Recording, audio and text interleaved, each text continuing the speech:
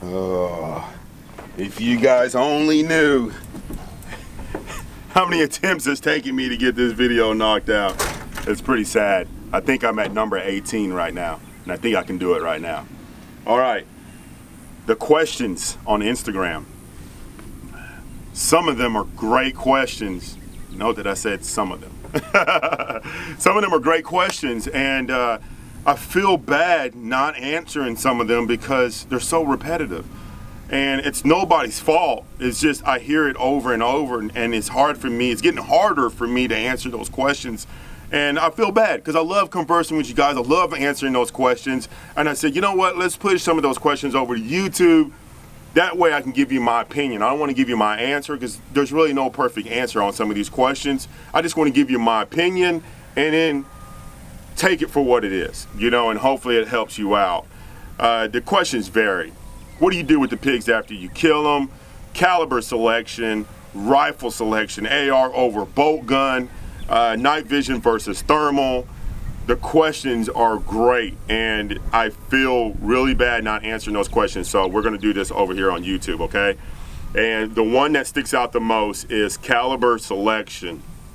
It's a tough one to answer, it really is, because there isn't a magic bullet to put down a pig. It's obvious I like to varmint hunt.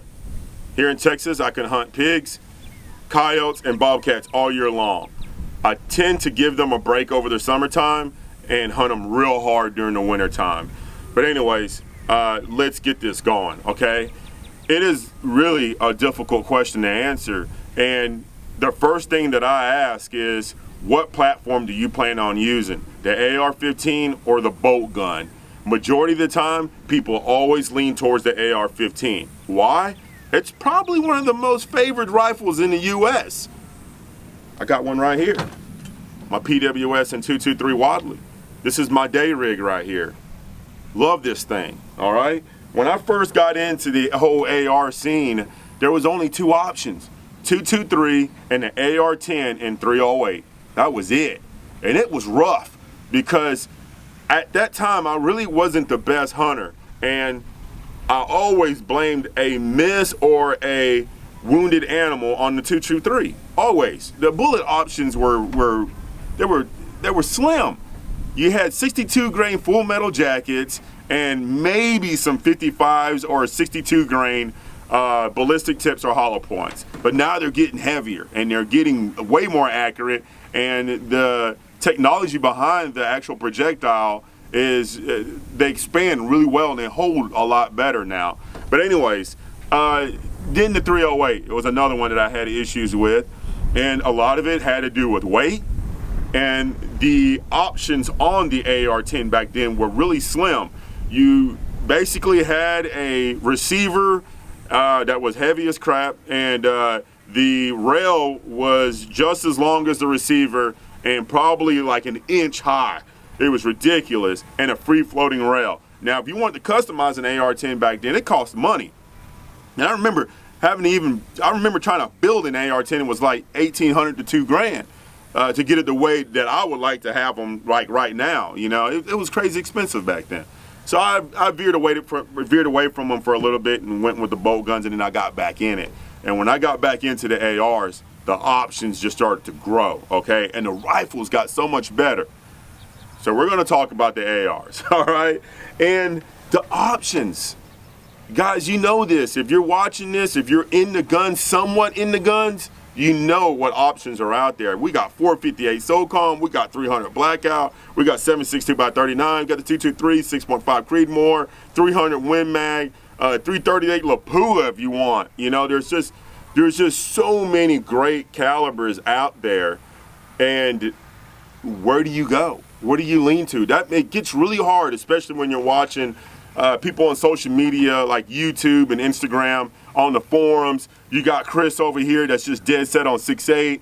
You got Tyler over here that's just dead set on 300 Blackout. You got David, he's dead set on his 300 Win Mag. It gets tough when you start seeing these different individuals and that's all they stick with. Me, I like to play with different calibers. And you guys have seen it on Instagram. There's just certain calibers that I just kind of stick with when it comes to certain types of hunting.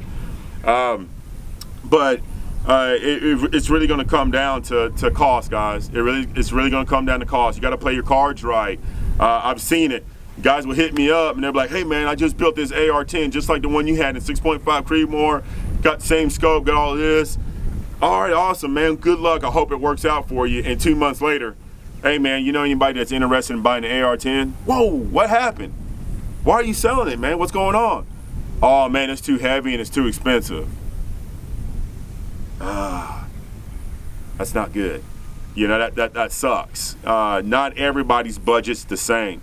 You know, there's guys out there that can afford to shoot 458 SOCOM or 50 Beowulf. They can afford that, and they can hunt like that all the time.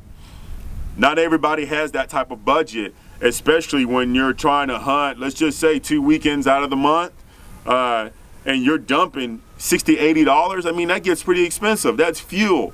That's you know, that can be money towards a scope later on in the year. You know, that adds up, and it gets really, really expensive. I've been in that position several times, and I was there last year, and I made a change.